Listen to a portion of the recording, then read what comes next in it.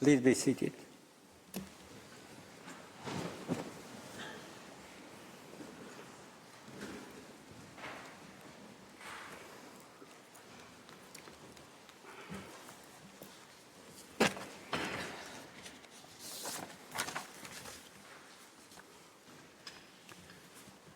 The sitting is open.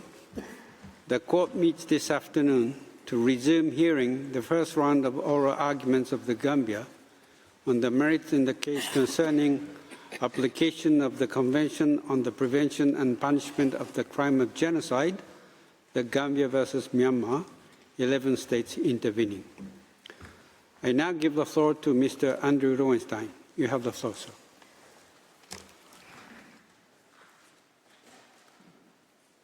Mr. President, members of the court, good afternoon. It is an honor once again to appear before you on behalf of the Gambia in this most important of cases. I will open a series of presentations specifically addressed to Myanmar's clearance operations. My speech will focus on their preparation, organization, and conduct. You will recall that they proceeded in two waves. The first in October 2016 and the second in August 2017. I will begin with Myanmar's actions that immediately preceded the clearance operations, focusing on the second wave.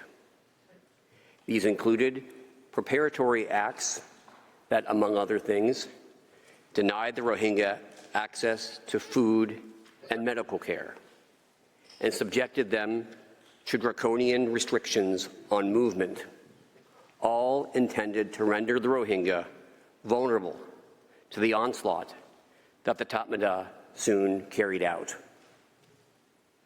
I will then turn to the clearance operations themselves. I will detail, by reference to the evidence obtained by the UN fact-finding mission, the Independent Investigative Mechanism for Myanmar, the UN Special Rapporteur on the human rights situation in Myanmar, their objective, organization, scale, and hallmarks.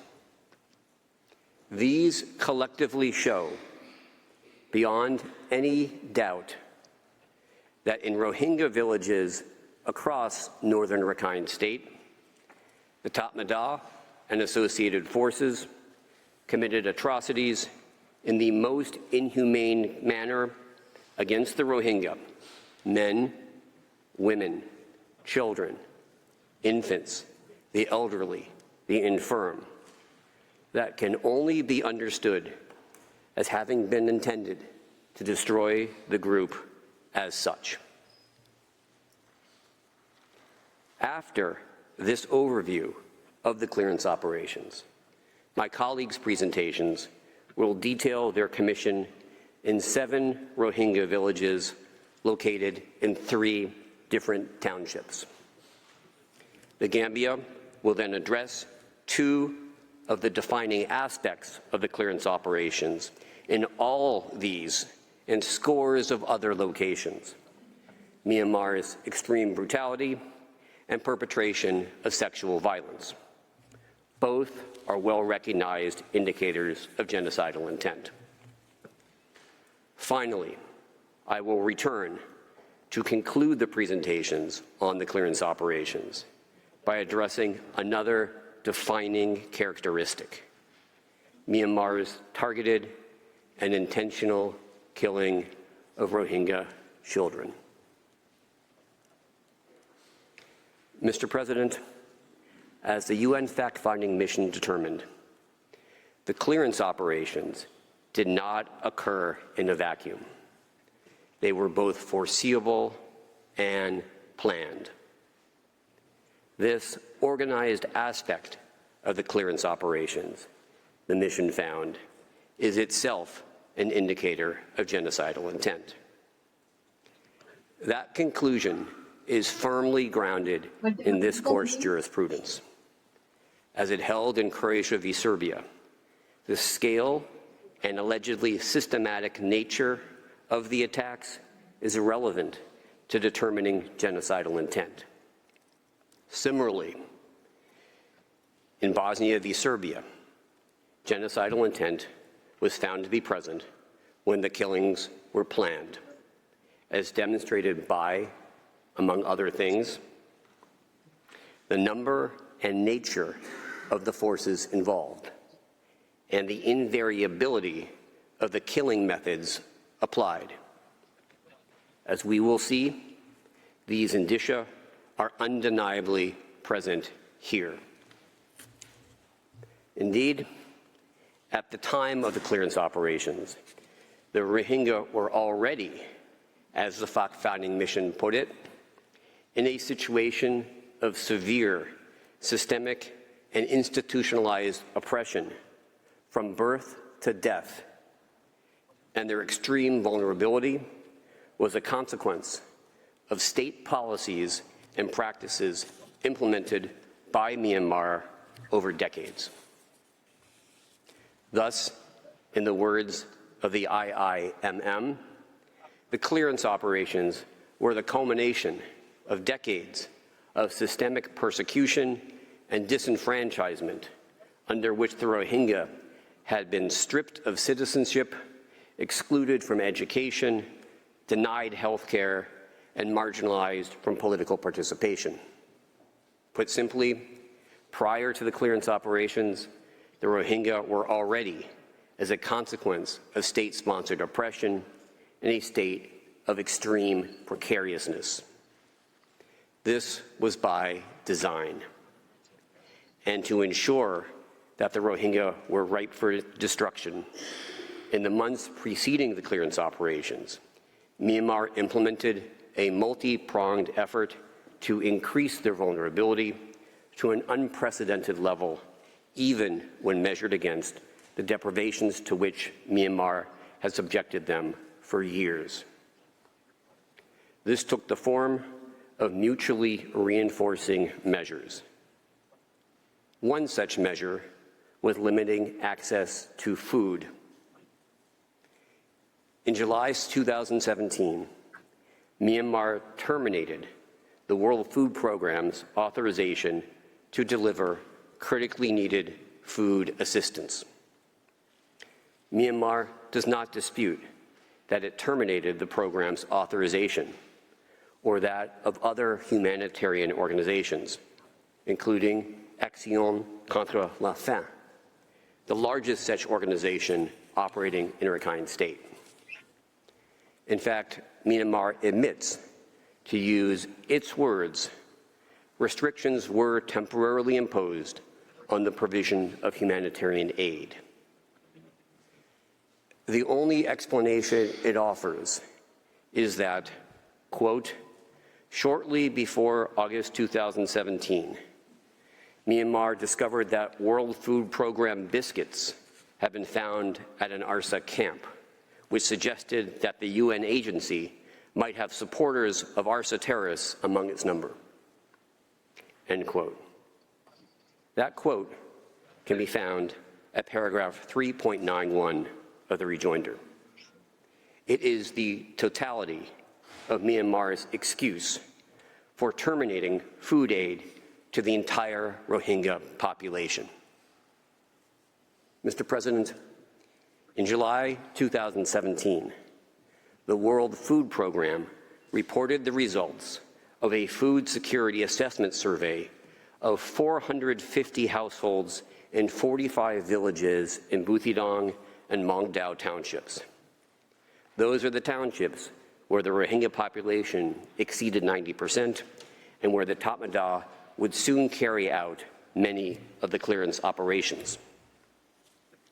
This is what the program reported to be the situation in regard to food security when Myanmar forbade the delivery of humanitarian aid. During the 30 days prior to the survey, about 1/3 of the households faced extreme food insecurity, such as no food of any kind in the household. 28%. Went to bed hungry, 34%. Or went the whole day and night without eating, 28%. Nearly 90% of the households were worried about not having enough food, 89%. None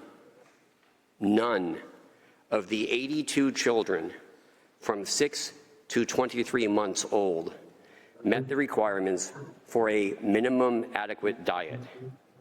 Only 2.5% reached minimum dietary diversity, and only 8.5% met the minimum meal frequency requirements. Households were employing crisis and emergency type coping strategies, such as begging for food, 29%. The World Food Programme's July 2017 report warned, under these circumstances, and with the upcoming rainy season that may aggravate an already fragile situation, the capacity of the most vulnerable population to access sufficient food in the long term will depend on humanitarian assistance in the near future. Specifically, the program estimated that approximately 38,000 households, corresponding to 225,800 people, are in need of humanitarian assistance. Despite these emergency conditions, Myanmar imposed restrictions that affected all of the agencies that had provided food assistance. This is described in the IIM prepared witness statement of Mr. Andrew Riley, a humanitarian aid worker employed by Action contre la faim in Mogdao from May to August 2017, that is, in the months leading to the clearance operations until his evacuation when they began. He testifies that the termination of food aid occurred only a few weeks before the August 2017 violence. Myanmar restricted the Rohingyas' access to health care as well. Médecins Sans Frontières reported that on August 11, 2017, the organization lost government authorization to carry out medical activities in northern Rakhine State. Together with the food restrictions, this not only made the Rohingya physically more vulnerable, it permitted the Tatmadaw to carry out the clearance operations largely free from outside observation. Again, Myanmar does not deny imposing the restriction in advance of the clearance operations. It does not even pretend that preventing health care was an anti-terrorism measure. It simply asserts that the organization was later able to resume operations. But a year later, the organization remained unable to access northern Rakhine State. Even before imposing the food and medical restrictions, Myanmar undertook to render the Rohingya defenseless, utterly so. Myanmar ordered the removal of fences around Rohingya homes. The fact-finding mission reported that Rohingya villagers in northern Rakhine State were ordered to remove their fences from around their properties. This order, the mission found, was widely implemented in the 3 townships. The mission determined that village administrators charged with enforcing the order were sometimes accompanied by security forces, with soldiers or police removing fences by force. Non-compliance, the Commission reported, often resulted in beatings and fines. The U.S. State Department's randomized survey reported dozens of respondents saying that the authorities had removed fences before the attacks, either by doing so themselves or by forcing Rohingya villagers to do so.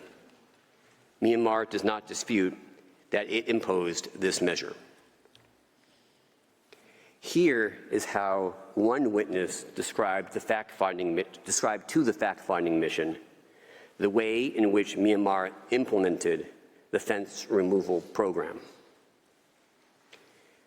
A few months before August 2017, the village chairman, an ethnic Rakhine, accompanied by the military, demanded us to remove the fences from the yards and around the houses. They visited the village together with the police 3 times in 1 month after the order to remove the fences was issued. The witness told the fact-finding mission the villagers who did not implement the order were beaten and had to pay fines to the chairman.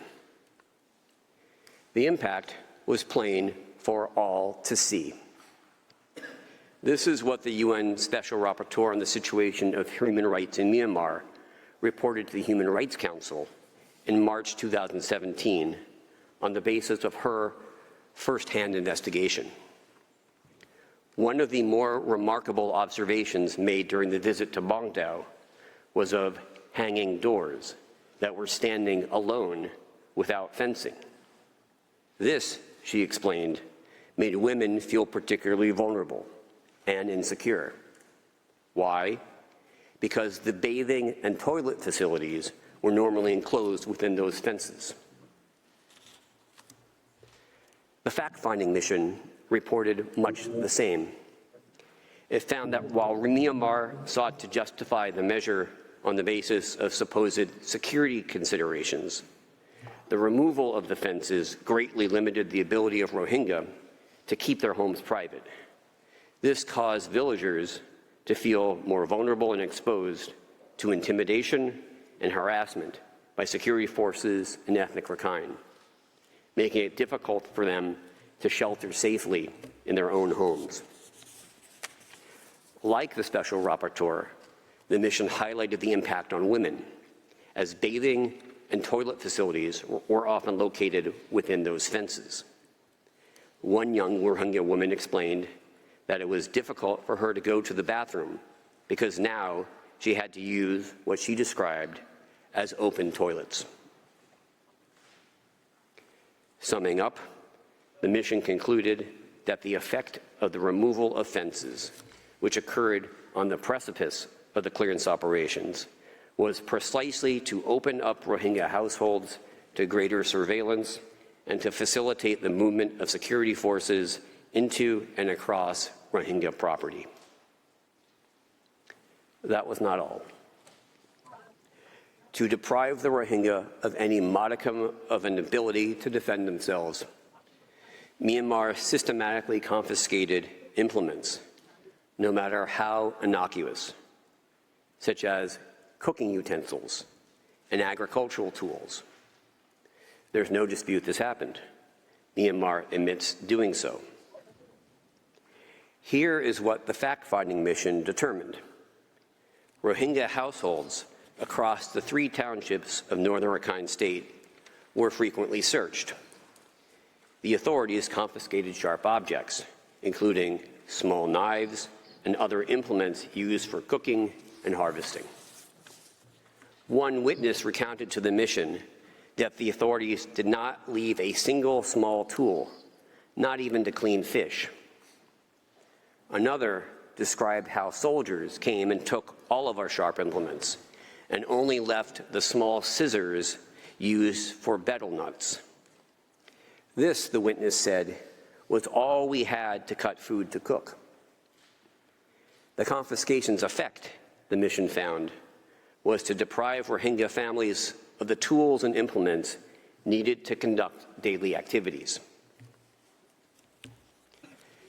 These measures were paired with what the mission characterized as strictly enforced curfews. Not only were the Rohingya forbidden from leaving their homes, they were not even allowed to light up their houses after dark. and beyond the curfews, Myanmar imposed movement restrictions. In the words of the mission, in some locations, Rohingya were no longer able to leave their village under any circumstances. A witness from Rothidong Township, for instance, explained, everything changed about 2 months before the violence. Even villages within the same village tract became inaccessible. We were not allowed to go outside the village. Again, there's no dispute that Myanmar imposed these restrictions, although it claims they were anti-terrorism measures. Remarkably, Myanmar cites Amnesty International for that contention. However, the title of Amnesty's report, Caged Without a Roof, Apartheid in Myanmar's Rakhine State, tells you what you need to know about the measure's legitimacy. More specifically, Amnesty's report, among other things, refutes Myanmar's attempt to argue that the curfews were not targeted against the Rohingya. Myanmar found, based on interviews and other credible sources, that the curfews were imposed selectively against Muslims.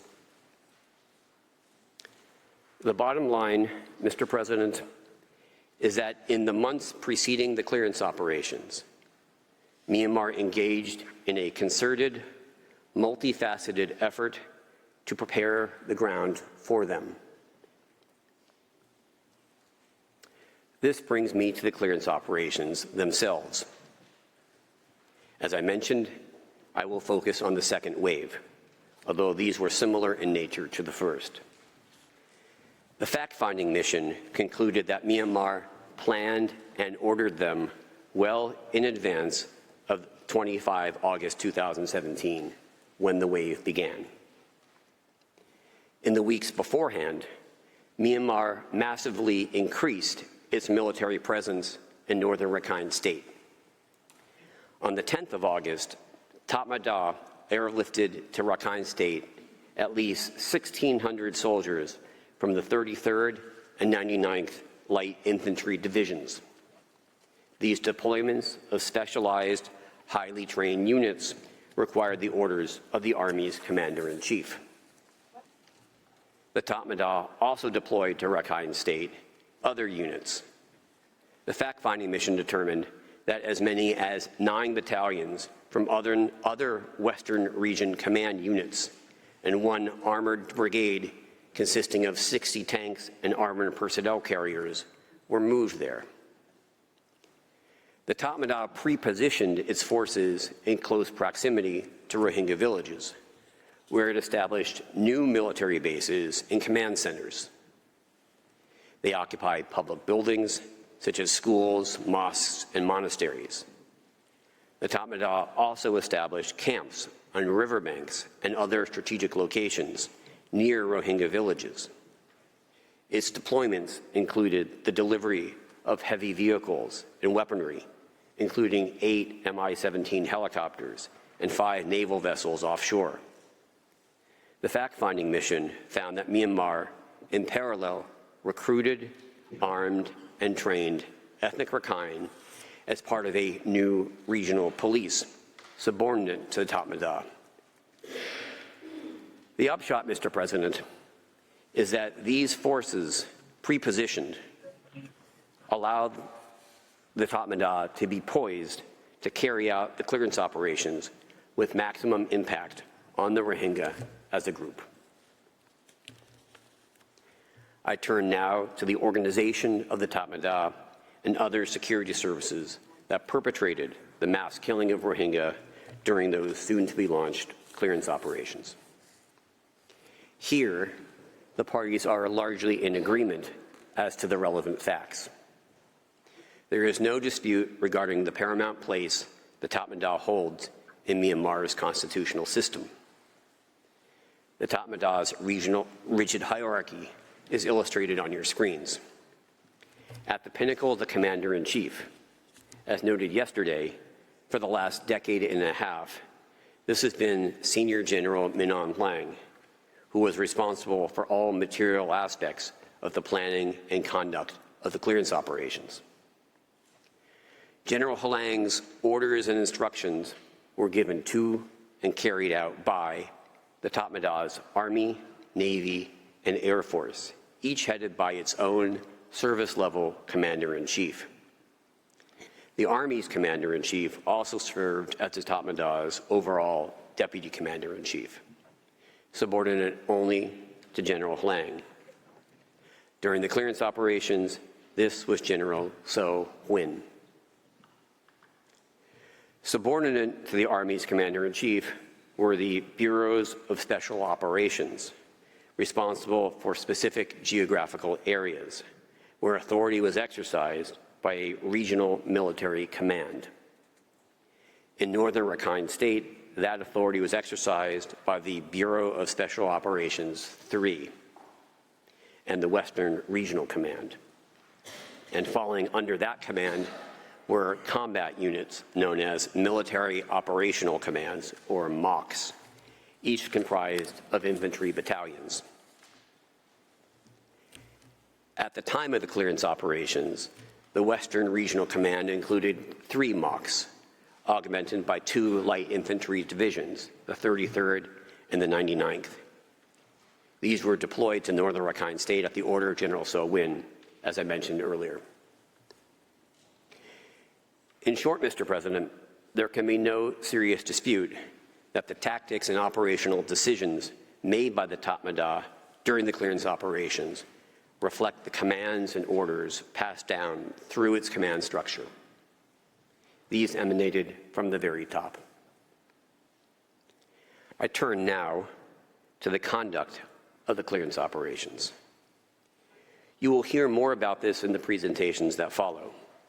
I will confine myself to describing the conclusions reached by the UN fact-finding mission and other investigations about their essential characteristics, focusing on aspects that demonstrate the Tatmadaw's planning and organization. However, before doing so, I will say a few words about their objective. That the clearance operations were intended to destroy the Rohingya as a group is readily apparent, not just from the massive scale and extraordinary violence that Myanmar inflicted on the Rohingya, features that will be addressed in detail by my colleagues, but also from the words of the Tatmadaw itself, including, most tellingly, its senior-most leadership. Mr. Suleiman reviewed some of General Halang's statements and the Tatmadaw's surreptitiously disseminated Facebook posts that mirrored them through the lens of hate speech. As these were contemporaneous with the clearance operations, they also cast a revealing light on the intention behind them, an intention to destroy the Rohingya as a group. And that is precisely what occurred next. This is how the fact-finding mission described the clearance operations. Rohingya-populated areas across the 3 townships of northern Rakhine State were deliberately destroyed in a targeted manner. This, the mission found, had a devastating impact on the Rohingya civilian population, which was targeted, brutalized, and terrorized. The mission determined that the clearance operations generally followed a distinct modus operandi. Rohingya villages were approached without warning, usually from more than one direction, and often in the early morning, by armed Tatmadaw soldiers, who were often accompanied by other armed security forces and frequently by ethnic Rakhine civilians. They shot assault rifles towards the Rohingya villages from a distance, not targeting any particular military objective or making any distinction between ARSA fighters and civilians. The mission found that men, women, and children were all shot at.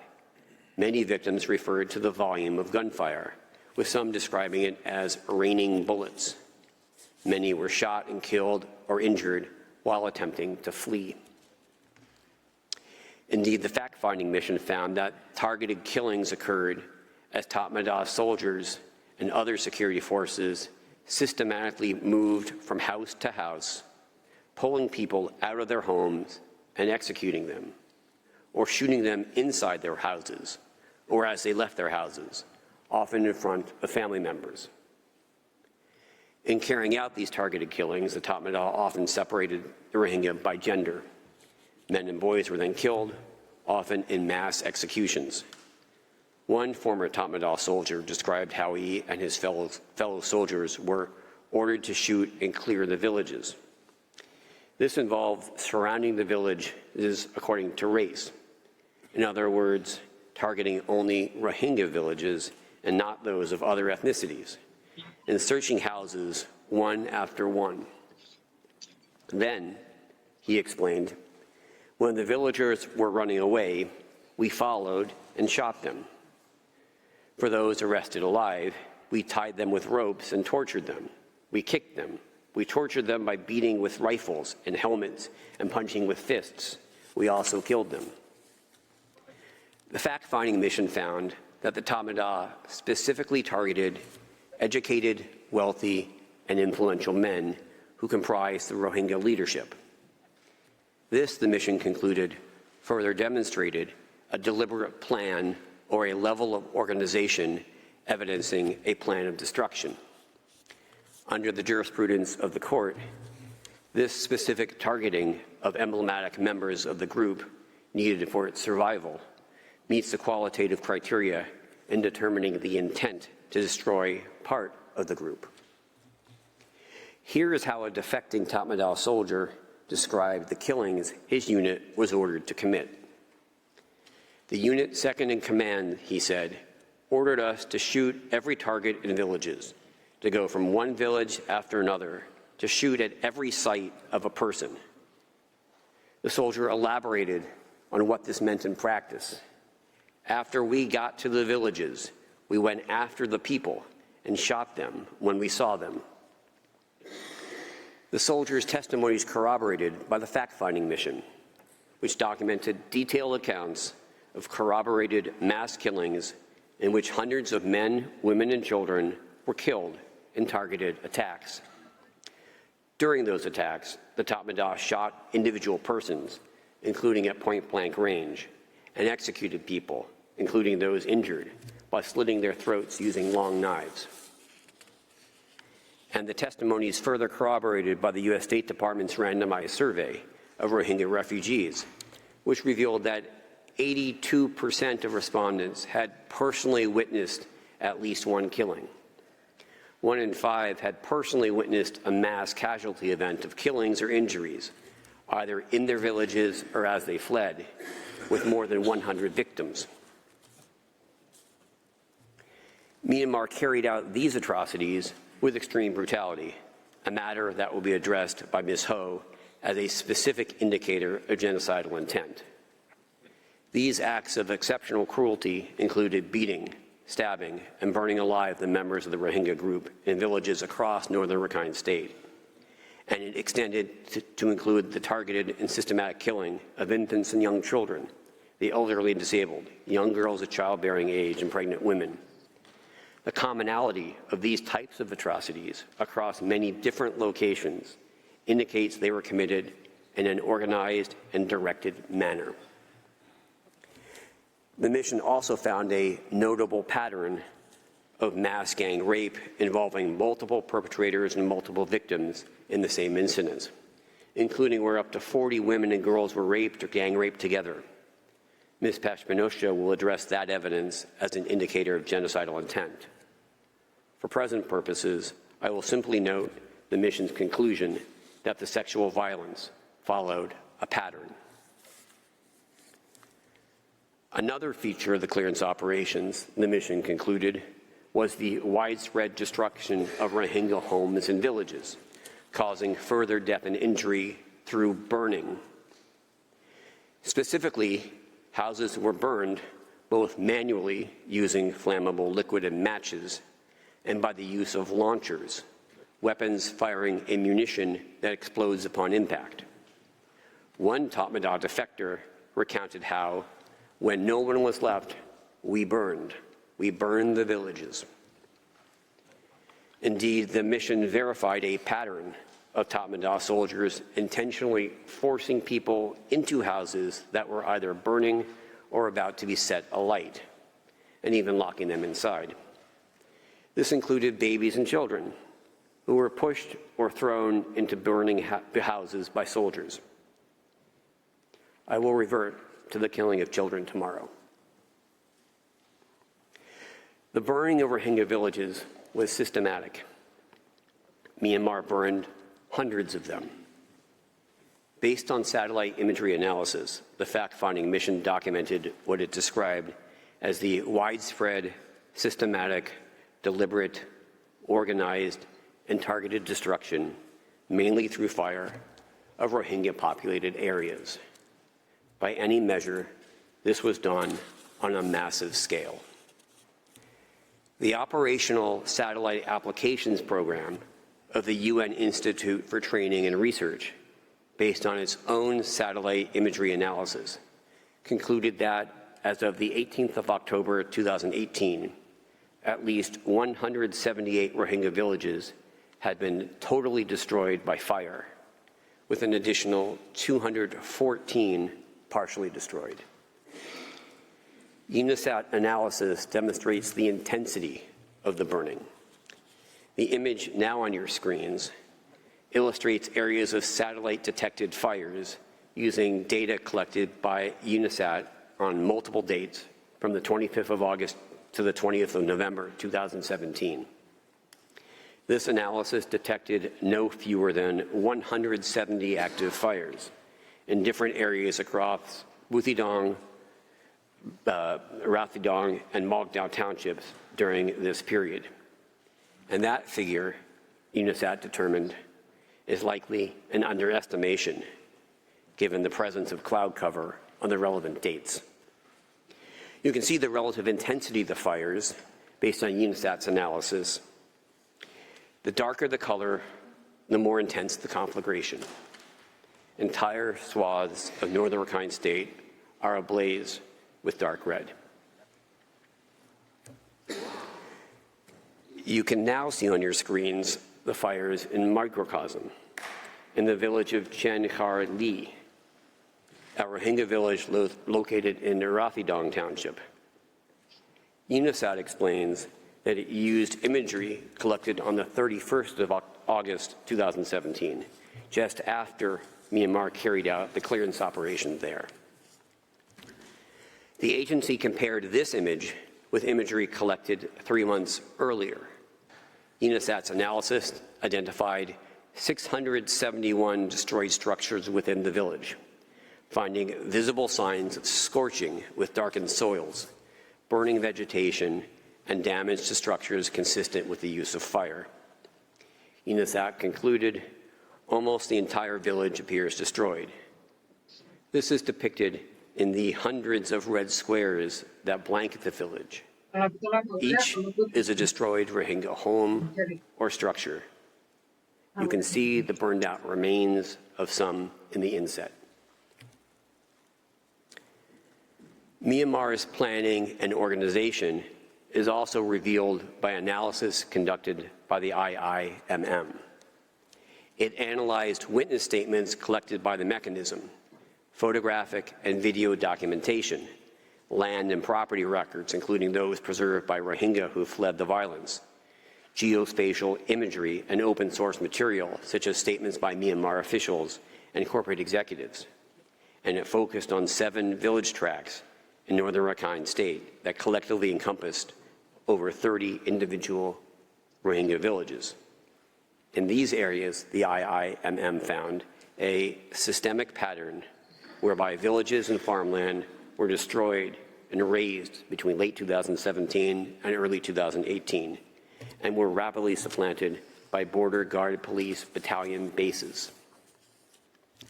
The IIMM found that its analysis provides the strongest evidentiary record to date that the 2017 clearance operations combined land seizure, targeted destruction of livelihoods, and forced displacement to erase Rohingya presence from their ancestral homeland. There can be no doubt that destruction on this scale, carried out by different military units across a wide geographic region had to have been carefully planned and organized. You can see the locations of a sampling of these raised Rohingya villages on the map prepared by the IIMM that is on your screen. Here is what the mechanism determined happened in just a single village tract, Myo Thu Gi, in Mongdao Township, which encompassed 5 Rohingya villages. Prior to the clearance operations, the Rohingya in these villages possessed extensive land, homes, and businesses, substantiated by inheritance, purchase, and formal registration documents. For instance, witnesses described inheriting and acquiring land, possessing houses, shops, and entire market areas, and cultivating large tracts of farmland. Some families trace their possession over generations, with supporting documentation from both Myanmar and even British colonial records. In this village tract, the mechanism determined that prior to the clearance operations, geospatial imagery confirmed the existence of 307 intact structures in one of its villages and another 518 intact structures in an adjacent village. Myanmar obliterated both.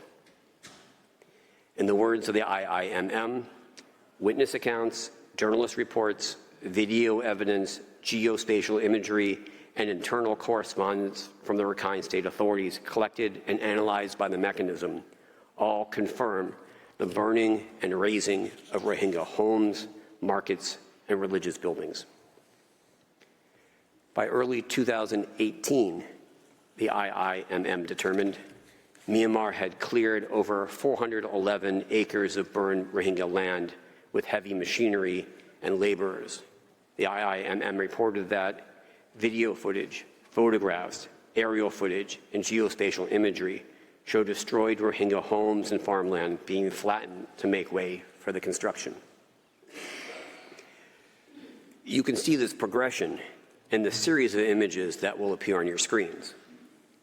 First, you can see a satellite image of Myo Thu Gi taken 3 months before the clearance operations. The Rohingyas' homes and other structures are intact. Now consider the next image. This shows the same location 3 weeks after the clearance operation. The Rohingyas' homes and other buildings have been comprehensively destroyed. You can see Myanmar's construction of a military base on the destroyed village in the next 2 images, taken on the 9th of April, 2018, and the 28th of September, 2019. Here is the IIMM's conclusion. Cumulatively, this evidence shows the deliberate destruction, razing, and reappropriation of Rohingya land in Myo Thu Gi, leaving its former inhabitants permanently dispossessed and unable to return.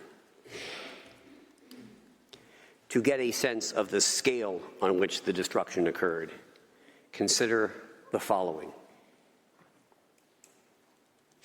Geospatial analysis conducted by UNICEF documented what the IIMM characterized as the extensive and sustained destruction of Rohingya villages in northern Rakhine State, specifically between the 25th of August 2017 and November 2018. 411 settlements across Mongdao, Buthidong, and Ruthidong townships were damaged or destroyed. Further analysis from February to April 2019 revealed continued demolition beyond November 2018 until April 2019, with UNICEF estimating approximately 40,600 destroyed structures. Even that, UNICEF concluded, was likely an undercount by at least 10%. There can be no doubt that Myanmar's widespread destruction of Rohingya villages. The IIMM reported that photographs taken during visits organized by Myanmar authorities for journalists and diplomatic personnel between February and April 2018 further corroborates the systematic erasure of Rohingya villages. Indeed, 95 such aerial photographs show villages razed to the ground, leaving only barren terrain with consistent patterns of bulldozing, parallel tracks, and uniform land leveling. The mechanism made specific findings with respect to the planning and organization of that destruction. It concluded the scale and uniformity of this clearance indicated a coordinated and organized operation aimed not only at destruction, but also at obliterating visible evidence of Rohingya habitation. Indeed, the IIMM reported that the evidence it collected shows that Myanmar security forces and state-contracted companies even deliberately destroyed Rohingya cemeteries, mosques, and other communal landmarks. Mr. President, the carefully planned and organized nature of the clearance operations is further confirmed by the highly specific targeting of the Rohingya group. The fact-finding mission identified that in at least 22 locations analyzed, only specific Rohingya settlements were affected, while other non-Rohingya settlements within the same village tracts remain untouched. Likewise, where the mission established that the clearance operations were carried out in mixed ethnicity villages, satellite imagery showed that only the areas populated by the Rohingya were targeted. That conclusion, the mission reported, was corroborated by witness accounts provided to it. You can see an example on your screens. This is the village of Zaydipien in Arathidong Township. The destroyed Rohingya area is plainly visible. It contrasts sharply with intact surrounding ethnic Rakhine areas. Mr. President, such finely targeted destruction is further evidence that it was organized and planned. The same location and planning is evident in both the widespread scope of the destruction and in the fact that it occurred in locations where Myanmar concedes it did not carry out operations against ARSA. The destruction thus cannot be attributed to damage caused by combat. In that connection, Myanmar included in the counter memorial as figure 8.1, the map you can now see on your screens. This Myanmar represented depicts with red dots the locations where ARSA is alleged to have committed attacks. Now, Myanmar did not include evidentiary support for that assertion. There's thus no basis on which it can be concluded that ARSA actually conducted operations in many of those locations. But for present purposes, it suffices to note that these are the places where Myanmar contends there were ARSA operations. And it's fair to say Myanmar had every incentive to maximize the number of such locations. Myanmar also represented that the locations of Rohingya villages where it did not carry out counterterrorism operations are depicted with green dots. You can now see on your screens a map prepared by UNISAT, which the Gambia included as figure 1.3 in the memorial. This shows the locations of destroyed Rohingya villages based on UNISAT's analysis of satellite imagery. The red dots depict villages that UNISAT determined were more than 90% destroyed. Orange dots identify villages that were more than 50% destroyed. Villages less than 50% destroyed are shown in yellow. You can now see on your screens a map that overlays the dots showing where UNISAT determined Rohingya villages have been destroyed, on top of the dots showing the locations of Rohingya villages where Myanmar accepts it did not carry out anti-terrorism operations. As you can see, a very significant number of such villages, that is, Rohingya villages where operations against ARSA are not even alleged to have been carried out, were nonetheless destroyed during the clearance operations. Here are the numbers. Out of the 329 Rohingya villages that Myanmar identifies as places where it carried out, in its own words, no counterterrorism operations, UNISAT determined that no fewer than 122 were completely or mostly destroyed, with another 66 partially destroyed. In short, UNISAT's analysis determined that at least 188 Rohingya villages suffered the fate I have described, where Myanmar does not even try to claim it was acting against ARSA. In other words, Myanmar's widespread destruction of Rohingya villages cannot be attributed to any alleged armed conflict with ARSA. It destroyed these villages regardless of whether there's any alleged ARSA presence. The destruction had nothing to do with ARSA. It was aimed at all of them, all of the Rohingya people. This is compelling evidence that the destruction was planned and organized, and that the intent behind it was genocidal. Mr. President, this concludes my presentation. Thank you for your kind attention. I ask that you invite Ms. Pashminoshta to the podium. I thank Mr.